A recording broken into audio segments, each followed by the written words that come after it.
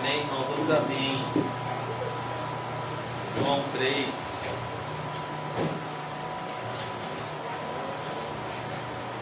João 3, a partir do versículo 1.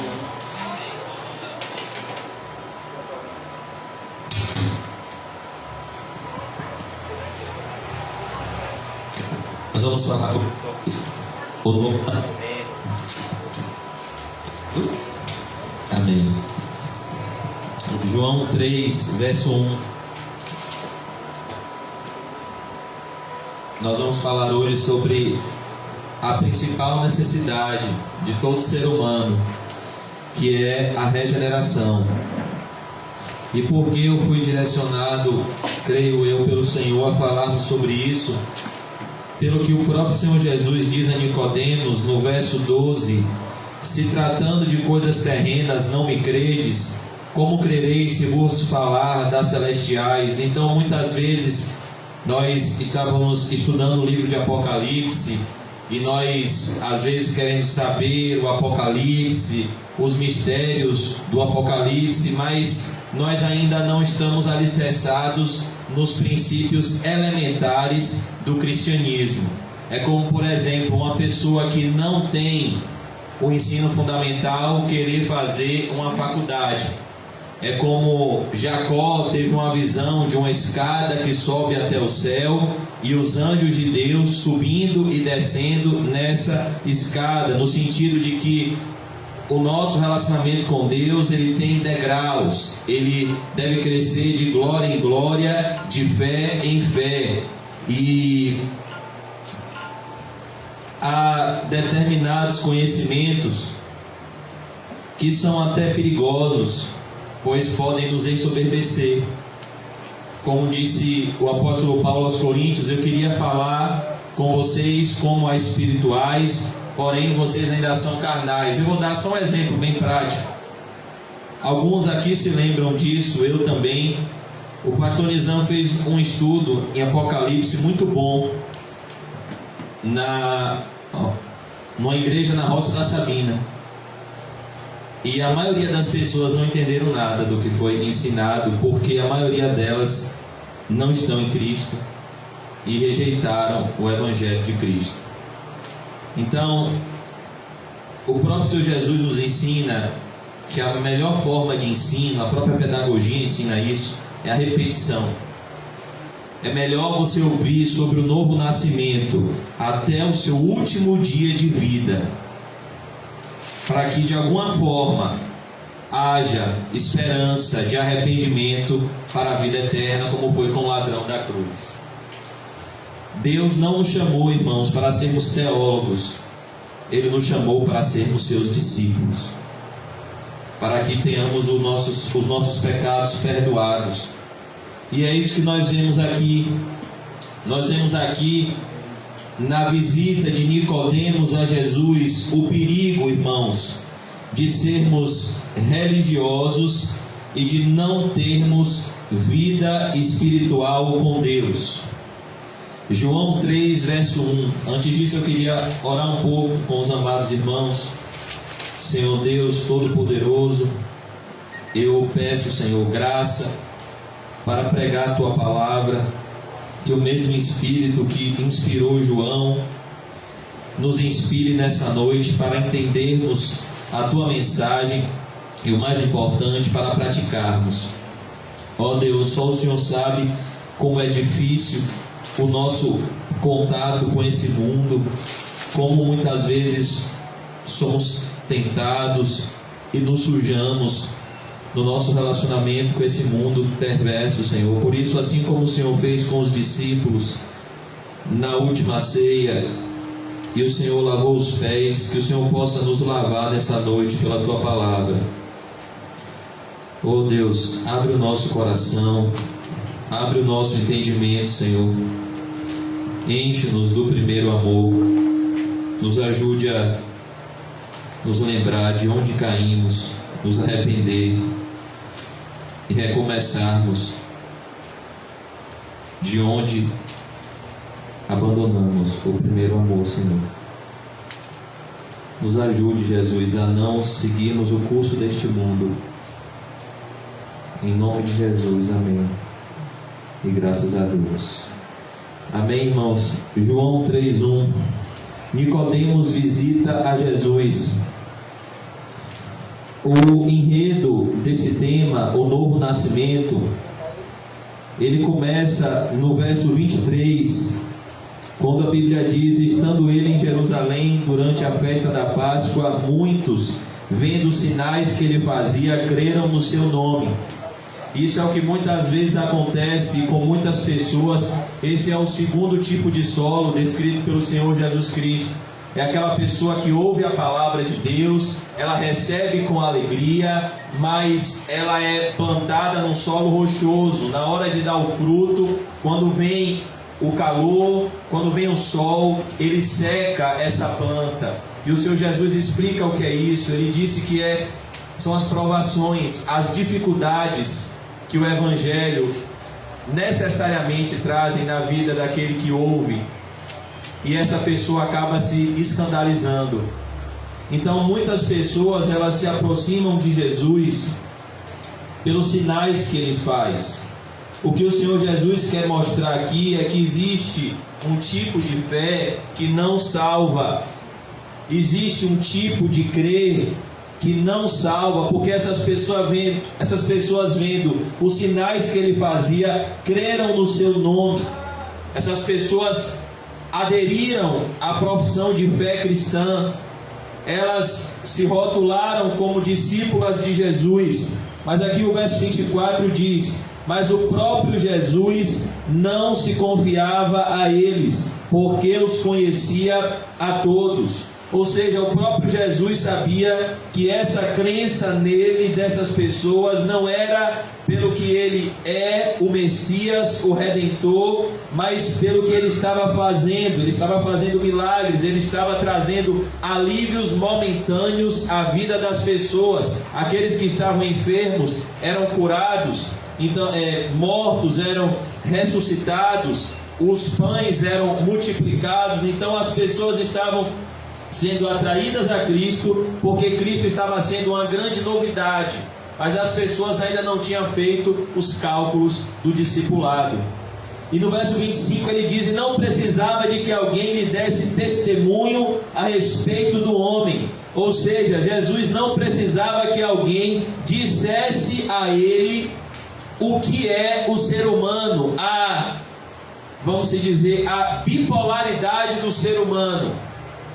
O homem natural, ao mesmo tempo que ele diz te amar, em questão de minutos, ou dias, ou horas, ele é capaz de também te odiar.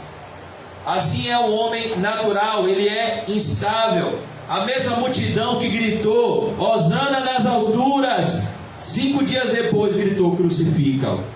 Por isso que no verso 25 nós vemos: porque ele mesmo sabia o que era a natureza humana. E o que é a natureza humana pós-queda? É uma natureza caída, é uma natureza em que não se pode confiar. Jeremias já disse: maldito o homem que confia nos homens. Nós vemos aqui: confie somente em Deus.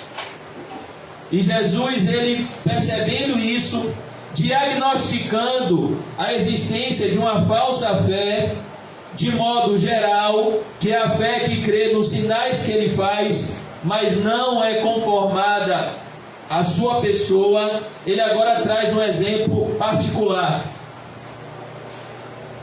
um exemplo prático de uma falsa fé, de uma pessoa que está indo para o inferno, mas ela pensa que está indo para o céu.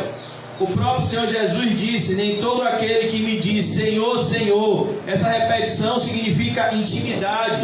Essa pessoa, ela pensa ter intimidade com Jesus. Senhor, Senhor, entrará no reino dos céus, mas somente aquele que faz a vontade do meu Pai que está nos céus. Muitos naquele dia hão de me dizer, muitos que estão agora em igrejas evangélicas, muitos que estão agora em púlpitos evangélicos, muitos que estão agora aderindo à fé cristã, eles irão se apresentar daqui a 100 anos, daqui a 10 anos, daqui a 20 anos, diante de Deus. E Jesus vai dizer: apartai-vos de mim, eu nunca vos conheci, vós que praticais a iniquidade. E é por isso que Jesus se encontra com esse homem e que João narra esse encontro para mostrar, irmãos, que não basta sermos religiosos, precisamos nascer de novo. Aos olhos de Deus existem dois grupos que dividem os seres humanos.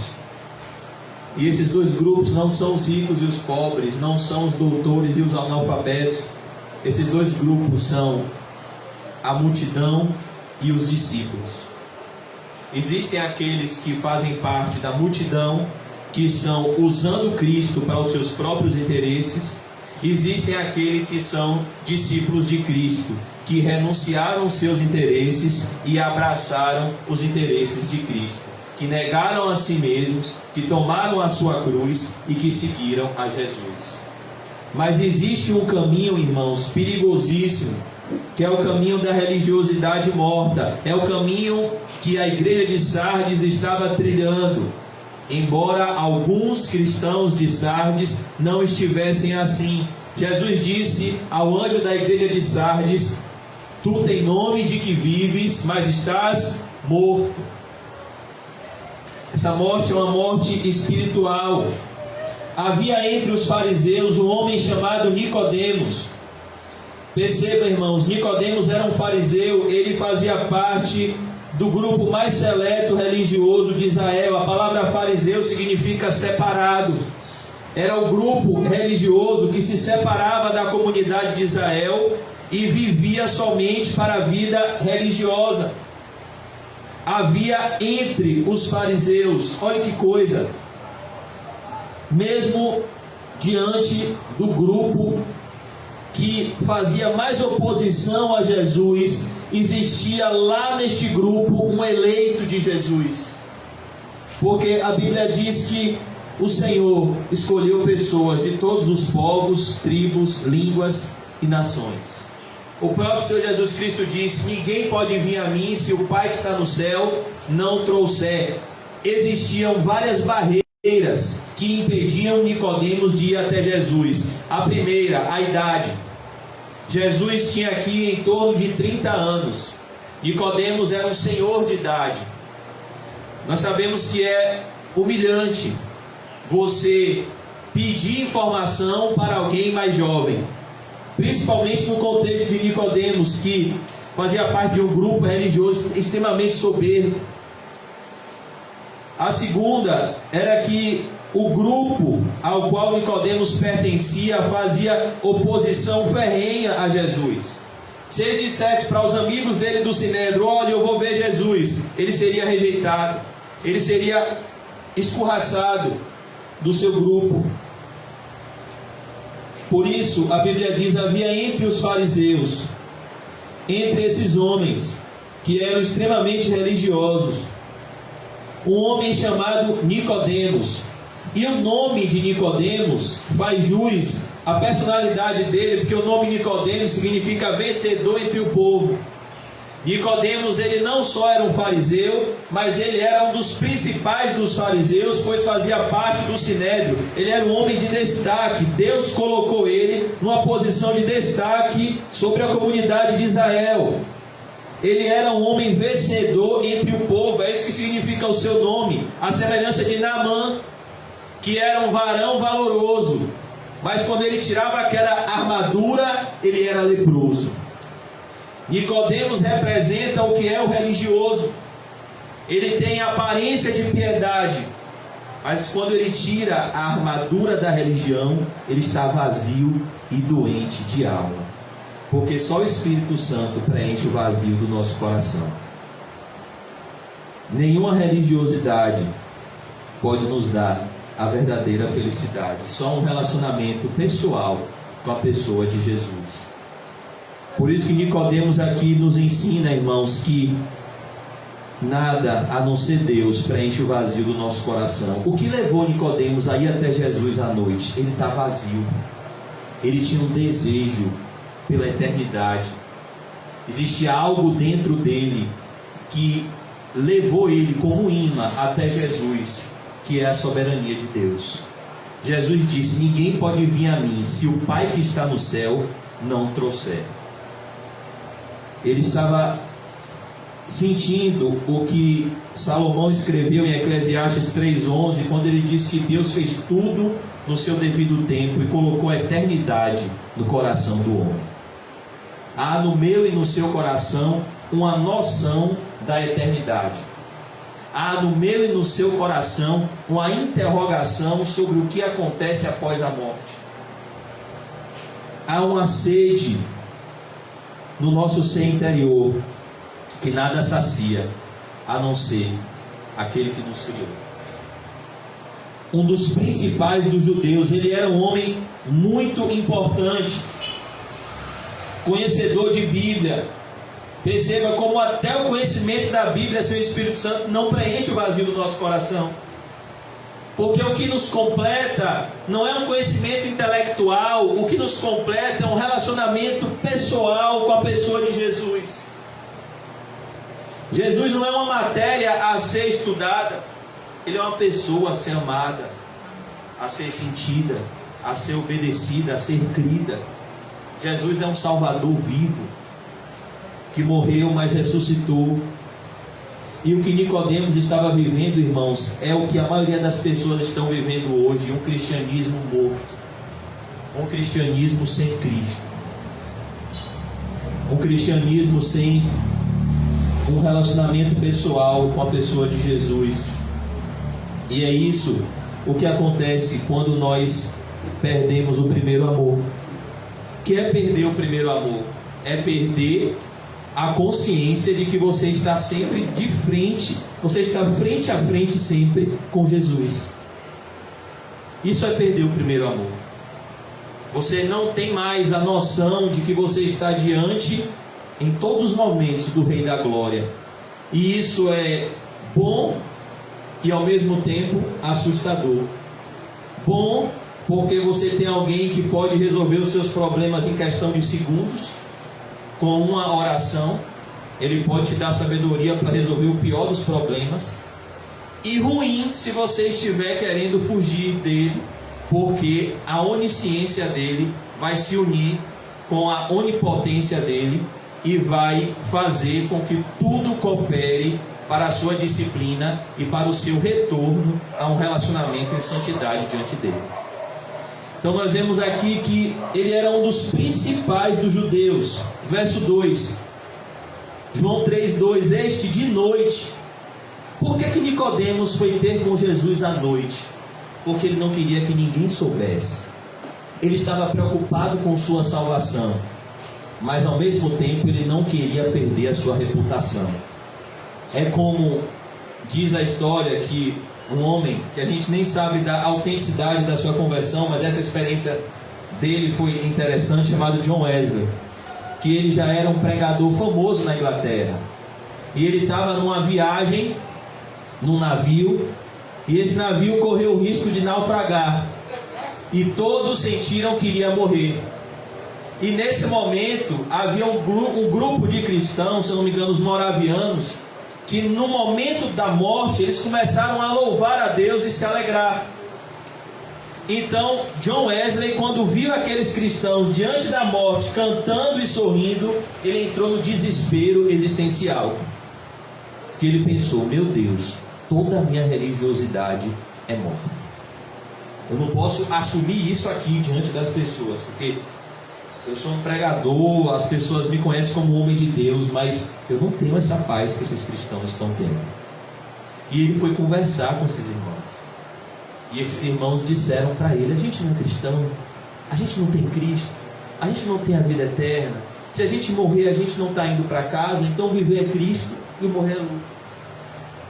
E era isso que Nicodemos não tinha. Por isso ele, mesmo pertencendo a um grupo que odiava Cristo, ele vai até Cristo de noite. E há também uma conotação espiritual, que embora Nicodemos aparentasse ser luz, seu coração ainda estava em trevas. A vida de Nicodemos ainda era noite, como começou o livro de Gênesis. No princípio criou Deus os céus e a terra. e a terra era sem forma e vazia, e o Espírito de Deus pairava sobre a face do abismo, tudo era escuro. Mas então disse Deus: haja luz, e houve luz. Nicodemos era esse vão, era esse abismo. O coração do homem sem a regeneração é esse abismo de iniquidade. A Bíblia diz que o homem, Jó 15, diz que o homem sem Cristo bebe iniquidade como se fosse água. Não é só que sem Cristo o homem peca, não, é que ele não faz outra coisa a não ser pecar, e ele é perdidamente apaixonado pelos seus pecados. Por isso que a salvação é o maior milagre do mundo. A regeneração quer fazer o homem odiar o que ele amava e amar o que ele odiava. A regeneração, em poucas palavras, é você passar a odiar o que te dava prazer, o pecado, e amar o que te dava comichão nos ouvidos, a palavra de Deus.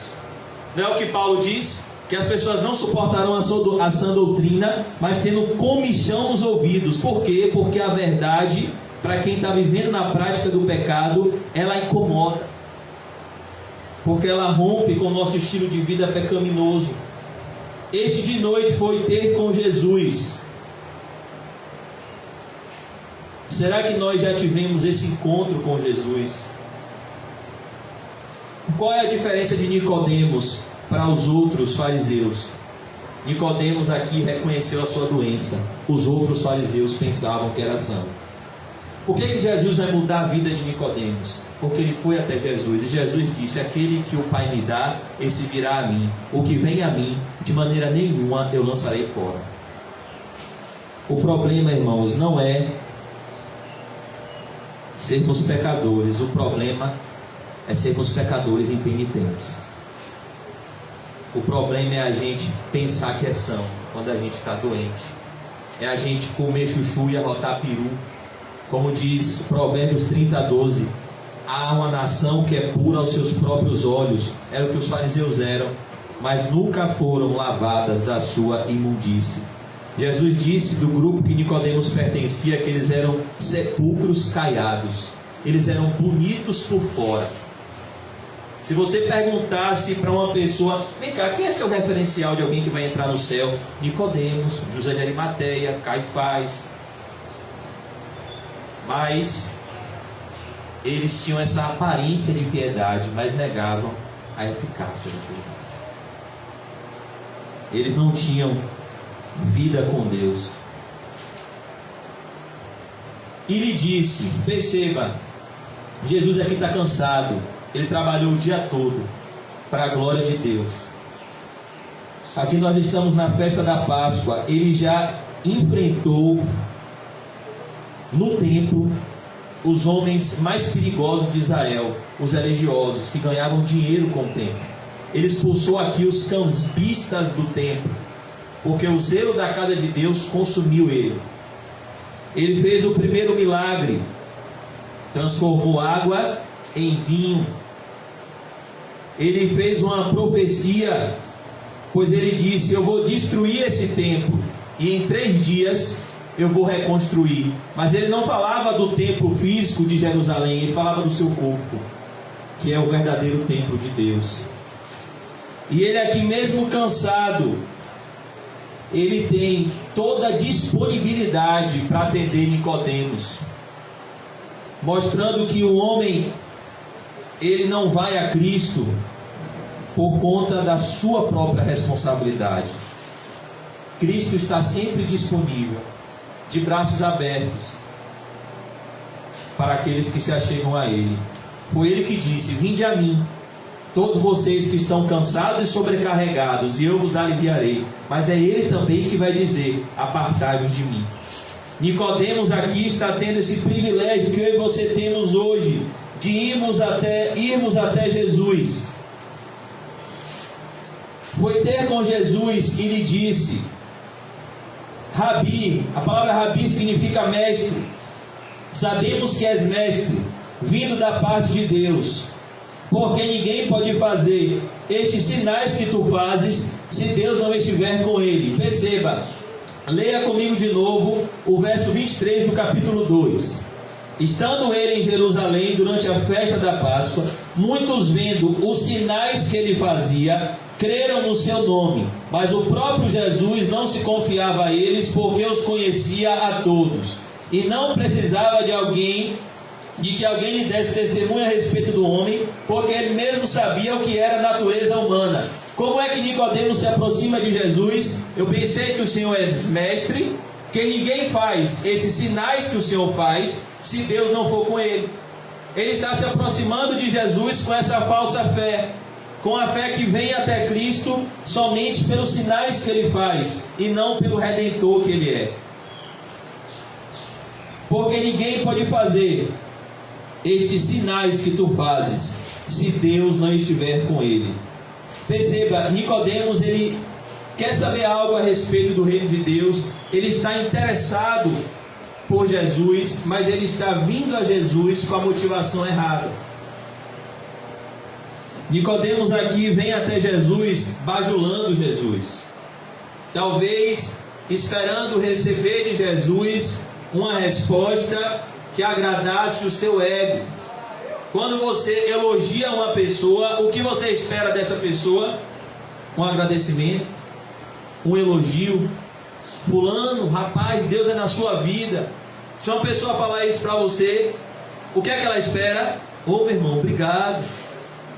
Então Nicodemos vem até Jesus e diz: olha, ninguém pode fazer esses sinais que o Senhor faz se Deus não for com ele. O que Nicodemos está dizendo é: eu tenho certeza que Deus é na sua vida. Mas Jesus não é movido, irmão, pelo sentimentalismo humano. Jesus é movido pela vontade de Deus. Nicodemos estava diante daquele que vê além das aparências. Ele vê o coração. Jesus não vê o que o homem vê. O homem vê a aparência, Jesus vê o coração. E se tem uma coisa que Jesus sabe que o ser humano não tem nessa terra, é tempo para jogar fora.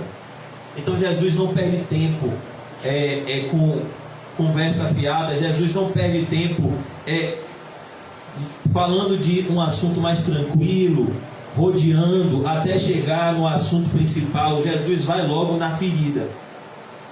Jesus percebe o perigo que Nicodemos está correndo. Ele não aceita essa bajulação. E quando Jesus abre a boca, ele fala não o que Nicodemos queria ouvir, mas o que Nicodemos precisava ouvir. A isto respondeu Jesus: em verdade te digo. Essa expressão em verdade é como se Jesus estivesse, Nicodemos, é como se Jesus estivesse dizendo: Nicodemos, isso é muito importante. Você precisa prestar atenção nisso que eu estou dizendo. Quem está pregando esse sermão, irmãos, é o próprio Senhor Jesus. Que se alguém não nascer de novo, a expressão aqui que Jesus fala, irmãos, é a expressão nascer do alto, nascer de cima. Essa expressão nascer de novo não fala de algo novo, mas que é conhecido. Como por exemplo, fulano comprou um carro novo. Fulano está com um carro novo, mas você já sabia o que era um carro. Não, a expressão que Jesus fala aqui é de algo novo que nunca foi visto antes. Essa é a obra de novo nascimento. É algo que você nunca experimentou antes na sua vida. Não se compara a nada deste mundo, o momento aonde Deus nos faz novas criaturas. É algo completamente novo. Deus faz tudo novo. Ele muda o nosso coração, Ele muda a nossa natureza, Ele muda a nossa essência. Quem era Saulo em Atos 9, até o capítulo 9 de Atos, indo perseguir os cristãos no caminho de Damasco? Era uma pessoa feroz, sem amor, sem Cristo, sem Deus. Quem era Saulo após o caminho de Damasco? Tudo novo aconteceu na vida de Saulo. Ele era uma nova criatura. Ele que perseguia os crentes agora estava orando, agora estava se humilhando diante de Jesus. Ele estava cego. E Jesus fala aqui com Nicodemos: ninguém pode fazer, em verdade te digo, que se alguém não nascer de novo, se alguém não nascer de cima, não pode ver o reino de Deus.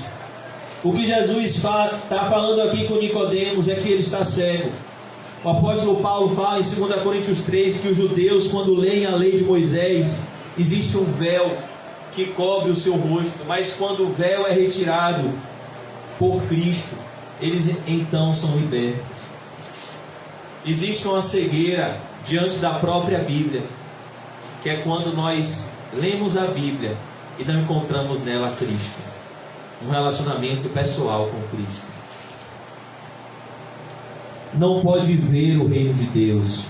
Perceba, Jesus fala que se alguém não nascer do alto, ele não pode ver o reino de Deus. Ele não tem noção de que existe o reino de Deus, de que existe o céu, de que existe o inferno. O homem natural, está lá no Salmo 14, verso 1, ele diz no seu coração: não há Deus. Por que eu vou parar de pecar? Quem é você? Me diga aí, quem é você para falar para eu parar de pecar? Eu sou rico, eu me visto de linho, de púrpura e de linho finíssimo, eu tenho tudo que eu quero, na minha casa tem banquete todo dia para eu viver regaladamente, eu tenho servos ao meu dispor, eu tenho um mendigo à minha porta lá, o nome dele é Lázaro. Quem é você para mandar eu parar? Eu sempre pequei, minha vida nunca deu errado, tudo deu certo para mim na minha vida de pecado. Eu tinha uma empresa, agora tenho 20. Eu tinha um carro, agora tenho 3. Você quer me dizer que eu tenho que abandonar minha vida de pecado? Então o homem natural sem Cristo, ele nem enxerga o reino de Deus. O mais assustador é que ele só enxerga quando é tarde demais, quando ele fecha os olhos nessa terra e ele acorda em tormentos eternos, quando ele pede uma gota d'água e Deus diz: não, você recebeu a sua consolação em vida, Lázaro somente males. Jesus disse: ai de vocês os ricos. Por que Jesus disse isso? Vocês já receberam a consolação de vocês.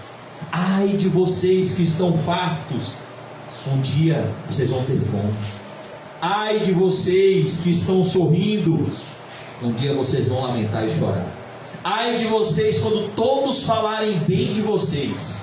Assim fizeram com os falsos profetas que viveram antes de vocês. Então aqui, irmãos, nós vemos o que Jesus fala a Nicodemos, é o que a igreja deve dizer a todos os seres humanos: vocês precisam nascer do alto, vocês precisam receber um novo coração, vocês precisam ter vida espiritual. Como Paulo diz em Efésios: eles nos deu vida, estando vós mortos em vossos delitos e pecados. Você precisa ter um relacionamento pessoal com Jesus. Verso 4, olha o que Nicodemos responde. Alguém pode me dizer as horas? 6h40, pronto, a gente já está perto de terminar. A gente já vai acabar. Até 7 a gente acaba. Misericórdia. Perguntou-lhe Nicodemos. Perceba, Jesus fala com Nicodemos o que? Olhe, está tudo errado.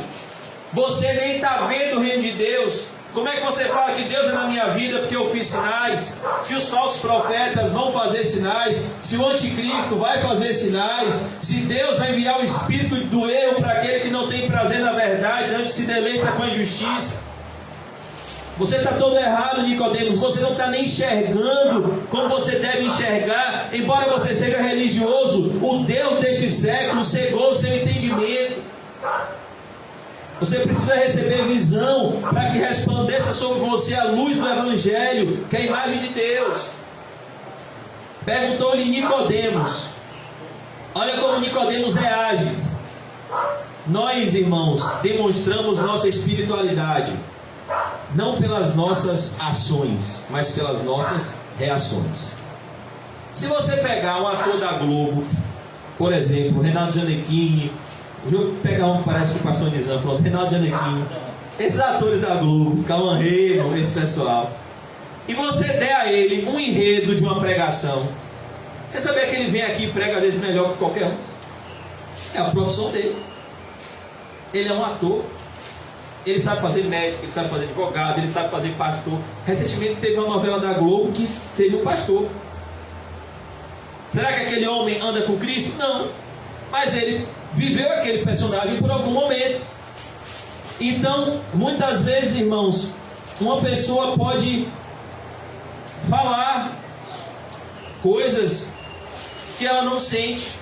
Uma pessoa pode ter ações que impressionem as pessoas. Ela tem aparência de piedade, mas na hora da reação, meu irmão, é que faz toda a diferença do ator para o cristão.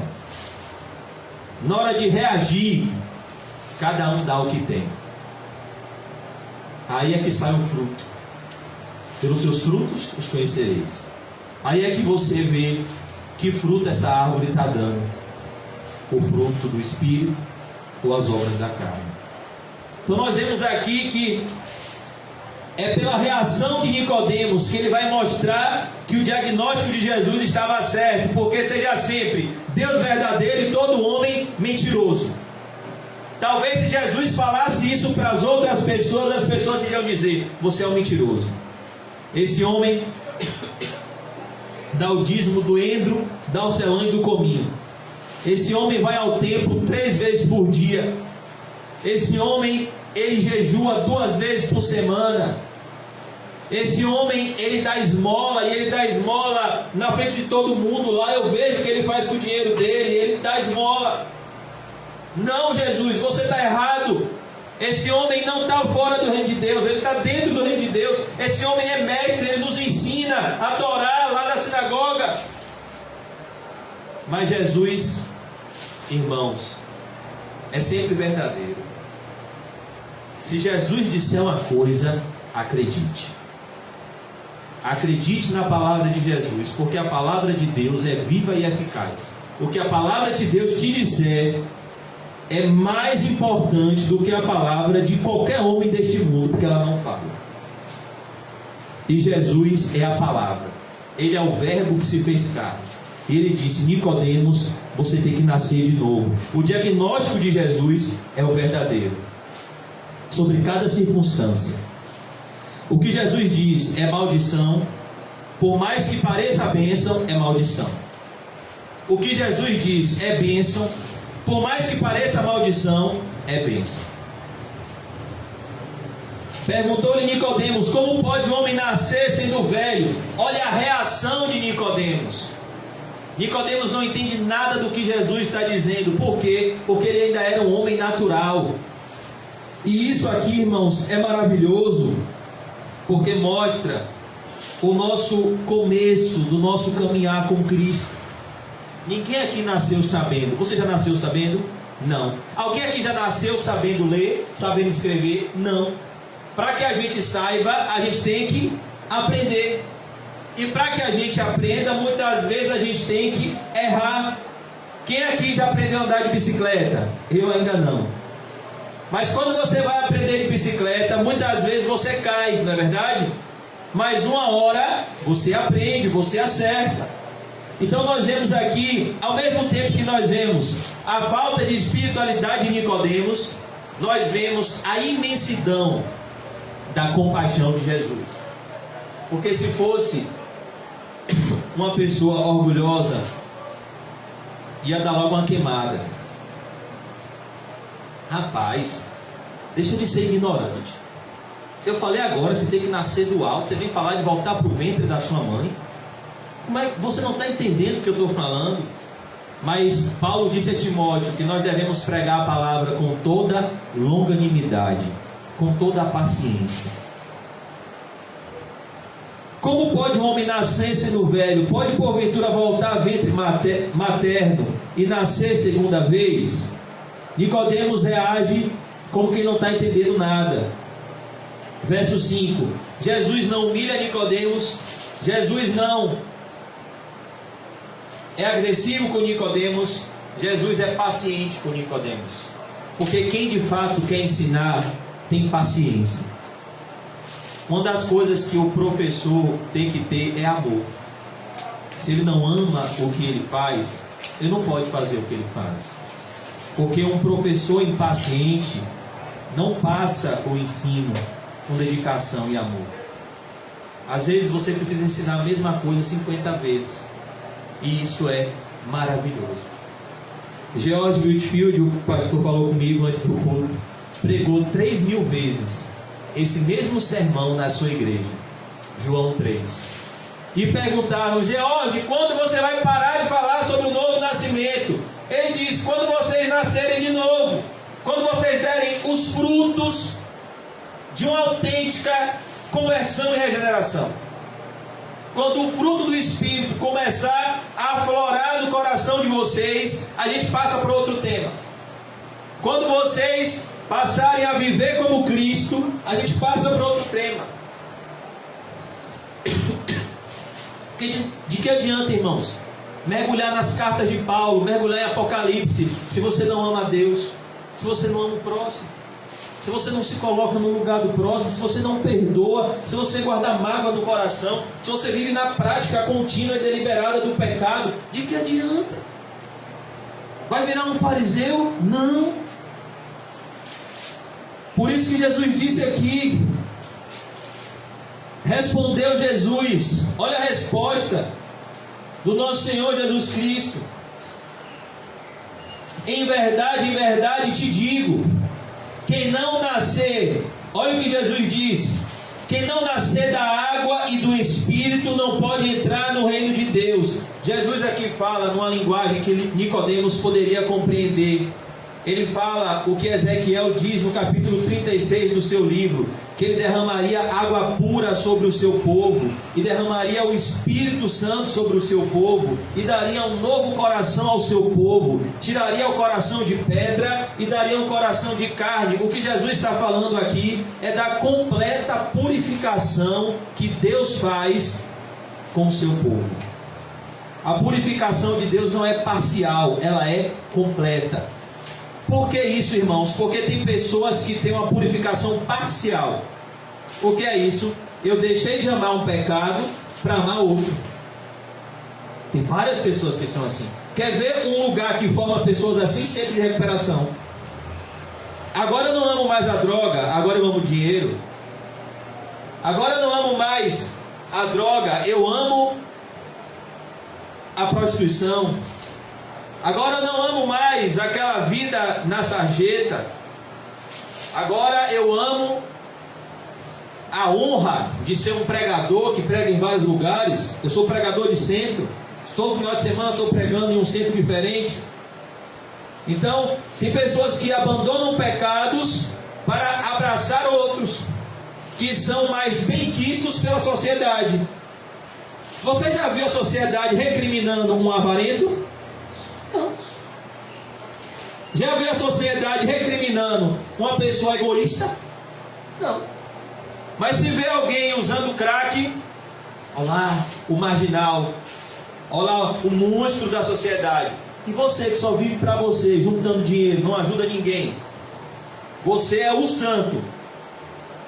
Então perceba que o que Jesus fala aqui é, não é abandonar o pecado e abraçar outro, é abandonar o pecado. Que pecado? A incredulidade, a ausência de um relacionamento com Deus.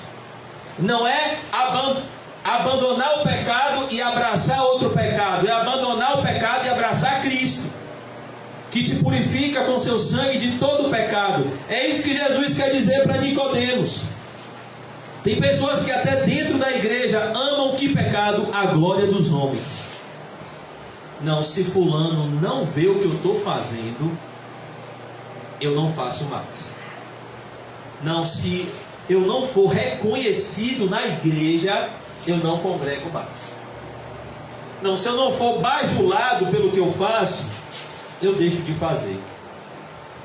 É a glória dos homens. Sabia que Jesus disse lá em João 12, que dentre as autoridades, muitos creram nele, mas não o confessaram publicamente, com medo dos judeus, porque amaram mais a glória dos homens do que a glória de Deus. João 12, 43. Eles olhavam para Jesus e diziam: rapaz, o que esse rabino está dizendo está certo.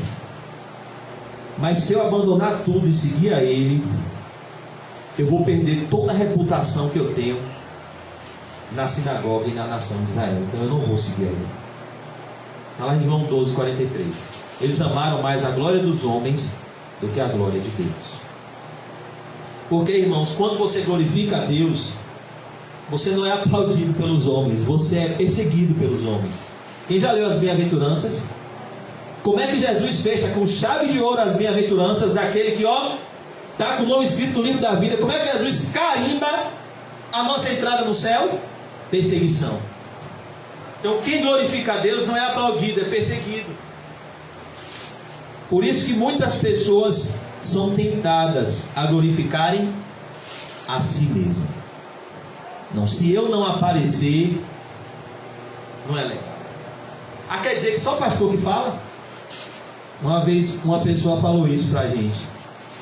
Não, mas só o pastor que prega, a gente também não pode falar também não? Porque essa pessoa tinha um desejo de aparecer. Essa pessoa não queria glorificar Deus, ela queria usar Deus para os seus próprios interesses. E a Bíblia diz: examine o homem a si mesmo. E é por isso que Jesus fala com Nicodemos: olha, Nicodemos, quem não nascer da água e do Espírito, olha, Nicodemos, você precisa ser totalmente lavado. Você precisa receber o lavar regenerador do Espírito Santo. Você precisa não só se batizar nas águas, batismo de João, que veio batizar com água para arrependimento. Você precisa ser batizado no Espírito Santo. Você precisa receber o dom de Deus, que é o Espírito Santo. Não é isso que Pedro prega? Arrependei-vos e sejam batizados em nome de Jesus Cristo para a remissão dos vossos pecados, e então recebereis o dom de Deus, que é o Espírito Santo. É isso que Jesus fala para Nicodemos. Você precisa receber o Espírito Santo para entrar no reino de Deus, pois é o Espírito Santo que testifica com o nosso Espírito que somos filhos de Deus. É o Espírito Santo que é o penhor, a garantia da nossa salvação e o selo da nossa redenção. O que é o penhor?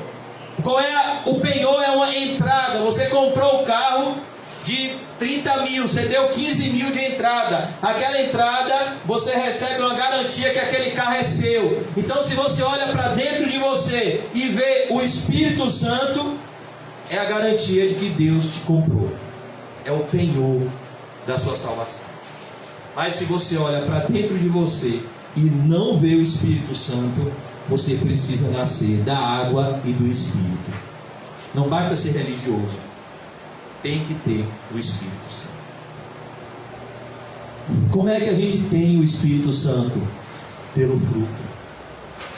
Pelo fruto se conhece a água. Olha, irmão, Jesus é tão bom que ele compara a vida espiritual com o nascimento natural. Como é que acontece uma concepção natural? Alguém que não existia passou a existir.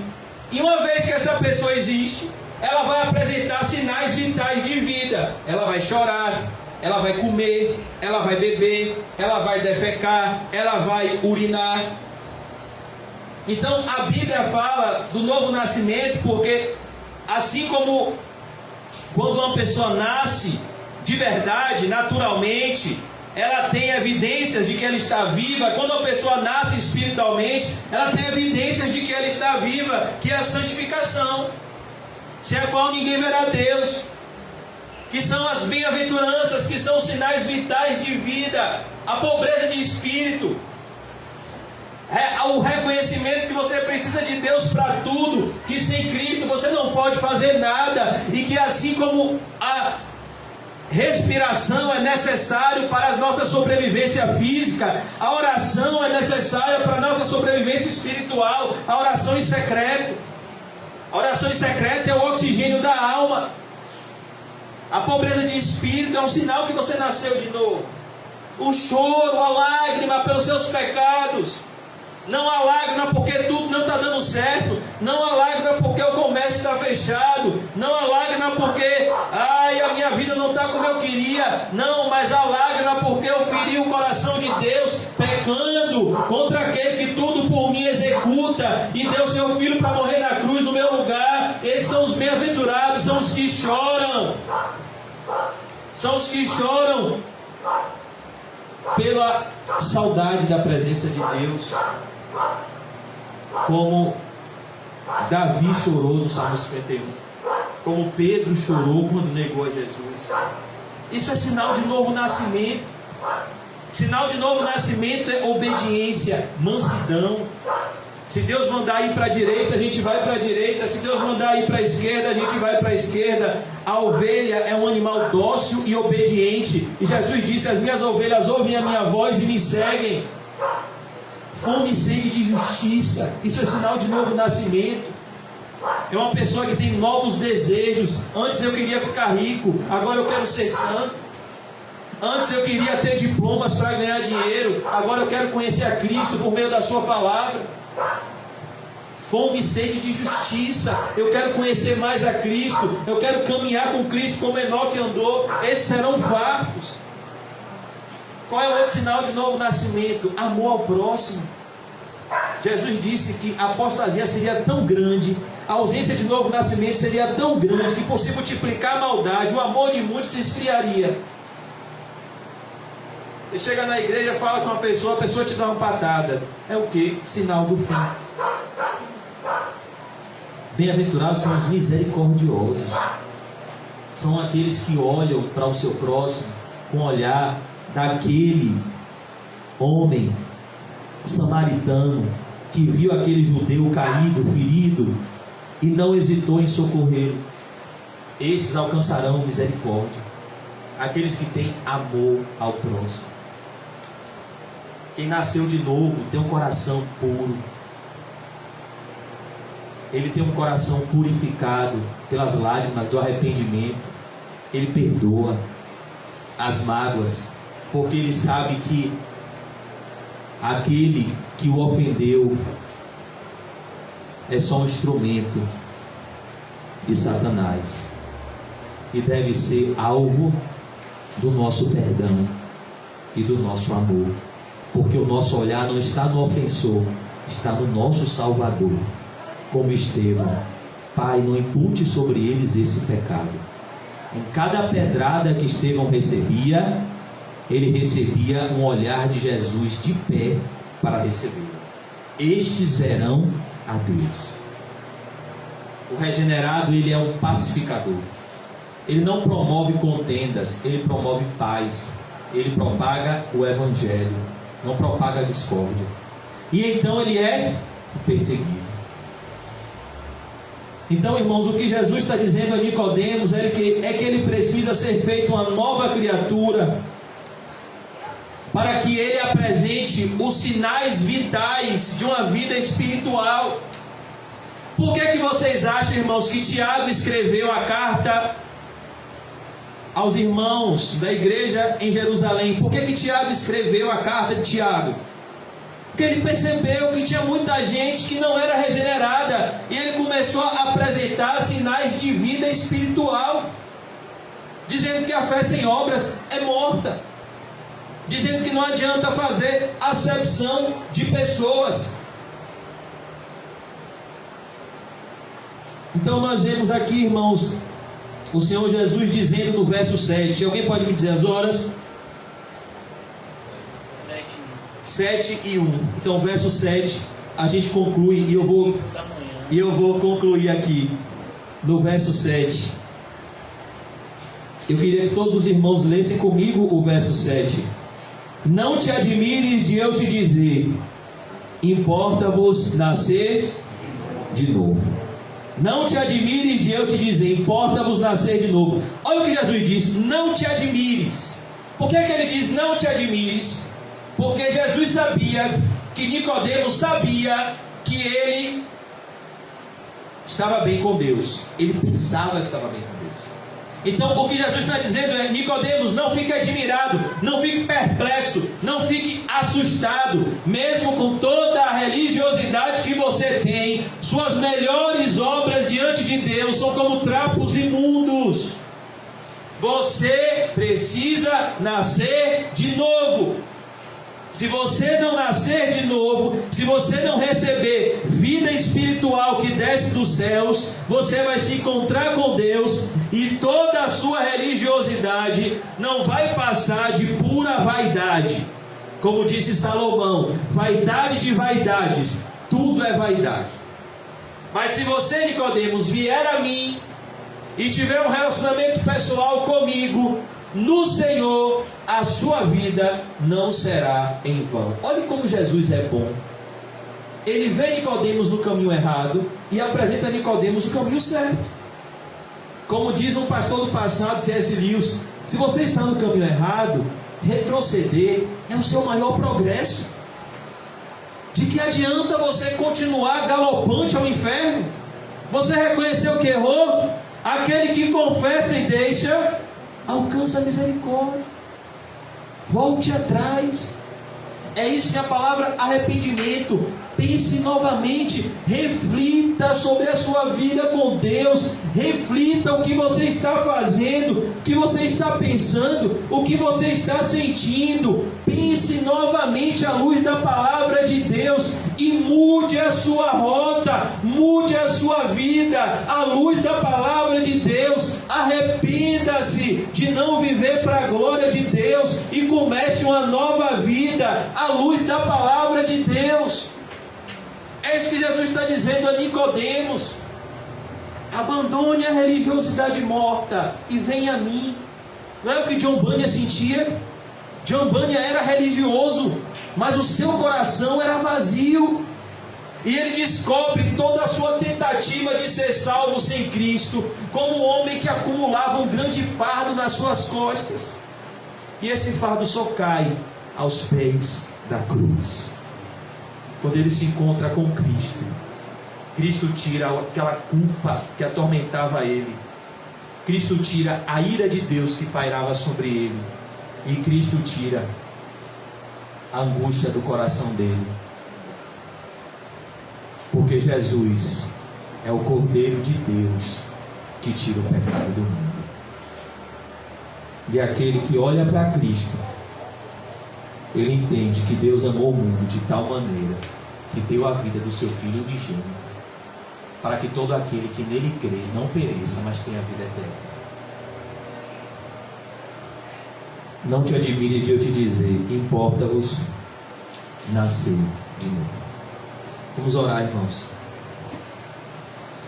Senhor Deus, nós te agradecemos por essa noite. Eu te peço, Senhor, perdão pelos meus pecados, Senhor, perdão por não ser o cristão que eu deveria ser, Senhor, perdão se eu já dei, com certeza já dei um mau testemunho diante dos meus irmãos. Me ajude, Senhor, a ser um exemplo para os meus irmãos. Me ajude a ser um exemplo de santidade. Me ajude, Senhor, a caminhar contigo como Enoque. Oh Deus, eu peço que o Senhor, que o Teu Espírito Santo examine o nosso ser interior e opere em nós a tristeza segundo Deus, que opera arrependimento para a salvação. Tua palavra diz, Senhor, que há festa nos céus quando um pecador se arrepende. E que o homem, que muitas vezes repreendido, endurece a sua cerviz, será quebrantado de repente, sem que haja cura. Oh Deus, amolece a nossa cerviz, quebranta o nosso coração. Espírito Santo, talvez seja a última chance de alguns aqui, Senhor.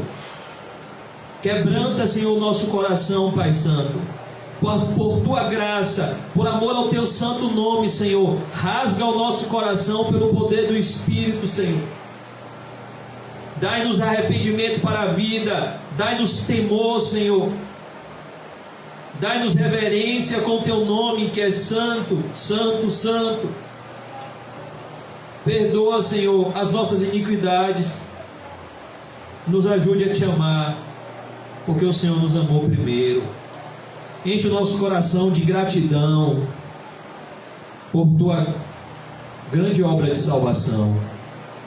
Obrigado, Senhor, pela vida do irmão Marcelo. Obrigado porque o Senhor deu graça e a operação da mãe dele nessa tarde foi bem, Senhor. Obrigado por esse renovo, por esse refrigério.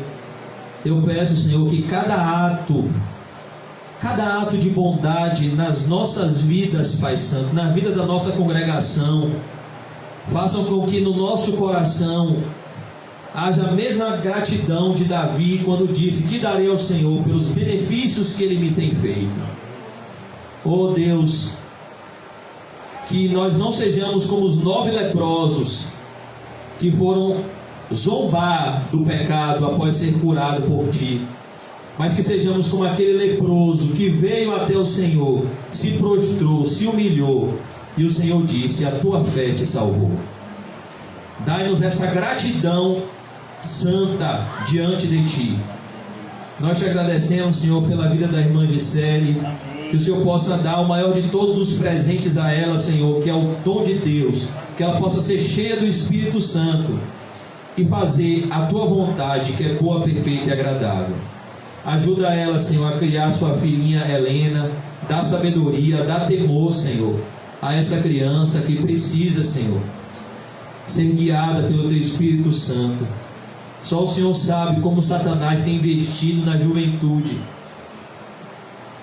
para levar a juventude para o caminho do pecado e da promiscuidade. Por isso eu peço que o Senhor conceda sabedoria à irmã Gisele, como o Senhor concedeu, Senhor, sabedoria a Ana, para entender de que os filhos não são nossos, os filhos são do Senhor. E assim como Ana entregou Samuel nas mãos de Deus, que o Senhor dê sabedoria à irmã Gisele para entregar a vida dela e a filha dela nas tuas mãos, pois a tua vontade é boa, perfeita e agradável. Nos ajude, Senhor, a fazer a tua vontade, para a honra e glória de Jesus. Em nome do Pai, do Filho e do Espírito Santo. Amém. Graças a Deus. Amém, irmãos. Salve seu irmão, cumprimento santo e pergunte a ele: você já nasceu de novo? Amém. Pela graça. Salve!